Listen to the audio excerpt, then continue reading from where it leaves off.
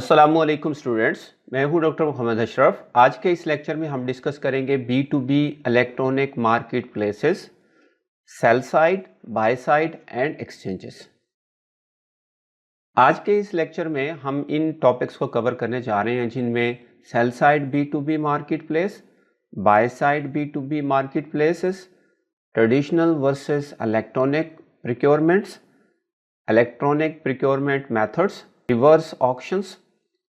हम group purchasing को भी डिस्कस करेंगे। हमने B2C के कॉन्टेक्स्ट में ग्रुप परचेजिंग को डिस्कस किया था और थोड़ा सा यहाँ पर हम B2B के कॉन्टेक्स्ट में भी ग्रुप परचेजिंग को डिस्कस करेंगे। Electronic procurement benefits and challenges, B2B exchanges and its major functions. जब मैं B2C के टॉपिक को पढ़ा रहा था अपनी प्रीवियस लेक्चर में, उस वक्त भी मैंने B2C एक्सचेंजेस और उनके फंक्शंस को डिस्कस किया था। आज के इस लेक्चर में भी हम B2B एक्सचेंजेस और इट्स मेजर फंक्शंस को डिस्कस करेंगे जो ऑलमोस्ट सिमिलर हैं B2C के कॉन्टेक्स्ट में जो हमने डिस्कस किए थे। Potential gains and risk of exchanges to buyers. तो आज के इस लेक्चर में हम इन तमाम टॉपिक्स को कवर करेंगे ताकि हमें प्रॉपर अंडरस्टैंडिंग डेवलप हो जाए कि B2B market places, sell side, by side और एक्सचेंजेस में क्या क्या रिलेटेड कॉन्सेप्ट्स हैं और क्या क्या सर्विसेज हैं और क्या क्या फंक्शंस हैं, और पर्टिकुलरली इलेक्ट्रॉनिक प्रिक्योरमेंट्स के प्रोसेसेस क्या हैं और इसके कितने डिफरेंट मेथड्स हैं। Cell side B2B electronic market places. B2B marketing refers to marketing by manufacturer and wholesalers along the supply side of the supply chain।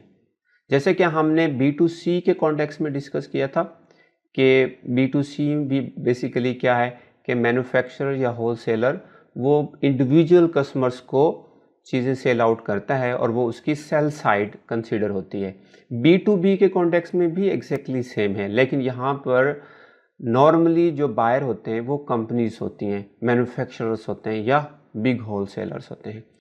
In a B2B sell side electronic marketplace, a business sells products and services to business customers electronically। तो जैसे कि मैंने कहा कि B2B में हमारे जो customers होते हैं वो कंपनीज होती हैं, बिजनेसेस होते हैं, इसलिए यहाँ पर बिजनेस कस्टमर्स का वर्ड यूज़ हुआ है। और क्योंकि ये इलेक्ट्रॉनिक मार्केट प्लेस है तो ये इलेक्ट्रॉनिकली हो रहा होता है, फ्रीक्वेंटली ओवर एन एक्स्ट्रानेट। यहाँ पर एक्स्ट्रानेट से मुराद ये कि ये एक स्पेसिफिक इंटरनेट है जो दो कंपनीज के दरमियान होता है। ऑल्दो के B2B की कॉन्टेक्स्ट में sell side market place internet पे भी एग्जिस्ट कर रही होती है, लाइक alibaba.com।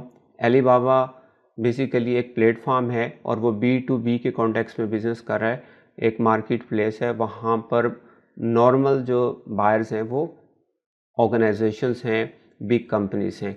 अब वो alibaba.com के कॉन्टेक्स्ट में इंटरनेट यूज़ हो रहा है, बट यहाँ पर एक्स्ट्रा नेट दो कंपनीज के दरमियान इंटरनेट है। नॉर्मली जो सेलर्स होते हैं वो अपने बिग बायर्स को स्पेसिफिक कैटलॉग्स देते हैं जो कस्टमाइज होते हैं कंपनीज की रिक्वायरमेंट के मुताबिक, और वो एक डेडिकेटेड नेटवर्क यूज़ कर रहे होते हैं जिसको हम एक्स्ट्रा नेट कहते हैं। तो इस वजह से यहाँ पर ये पर्टिकुलर वर्ड यूज़ हुआ है, frequently over an extra net.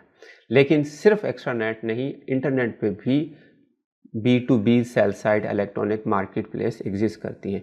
जैसे कि यहाँ पर एक्स्ट्रा नेट की एग्जांपल से आप यूँ समझें कि लाइक फार्मास्यूटिकल कंपनीज क्या करती हैं, वो अपने बिग जो रिटेलर्स होते हैं, होलसेलर्स होते हैं, उनको जो प्रिक्योरमेंट का सिस्टम देती हैं, वो सिस्टम उनके सिस्टम के साथ कनेक्टेड होता है जिससे सारी प्रिक्योरमेंट्स हो रही होती हैं, और वो प्रिक्योरमेंट का जो सिस्टम है वो उनके पॉइंट ऑफ सेल के साथ कनेक्टेड होता है। एक दिन में जितनी भी मेडिसिन सेल्स हो गई वो प्रिक्योरमेंट सिस्टम में अपडेट होती रहती हैं और फिर ऑटोमेटिकली ऑर्डर्स प्लेस होते हैं। तो अब ये क्योंकि एक स्पेसिफिक नेट यूज़ कर रही होती हैं इस तरह के सिस्टम्स, तो इसलिए हम इनको एक्स्ट्रा नेट कहते हैं कि ये डेडिकेटेड नेटवर्क यूज़ हो रहा होता है जिससे सारी प्रिक्योरमेंट की एक्टिविटीज़ भी साथ साथ हो रही होती हैं। The seller can be a raw material producer selling to manufacturers और manufacturer selling to an intermediary, for example wholesaler or a distributor selling to retailer or an individual business। तो सेलर कोई भी हो सकता है, वो मैन्युफैक्चरर भी हो सकता है जो मैन्युफैक्चरर को ही सेल कर रहा है, रॉ मटेरियल प्रोड्यूसर हो सकता है वो उस मैन्युफैक्चरर को सेल कर रहा है, वो कोई एक मैन्युफैक्चरर हो सकता है जो किसी होलसेलर या डिस्ट्रीब्यूटर को सेल कर रहा है, और इसी तरह एक डिस्ट्रीब्यूटर भी हो सकता है जो एक रिटेलर को सेल कर रहा है। तो एक रिटेलर भी हो सकता है जो एक इंडिविजुअल बिजनेस को सेल कर रहा है।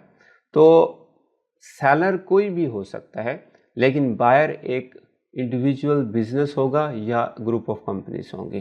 For example Intel, Exxon, Cisco system, Dell, Grainger, ये सारी बिग कंपनीज जो हैं ये अपने बिजनेस कस्टमर्स को चीज़ें सेल आउट करती हैं, और वो नॉर्मली एक्स्ट्रा नेट पे हो रही होती हैं, और they are using specific dedicated internet for selling their products to their business customers.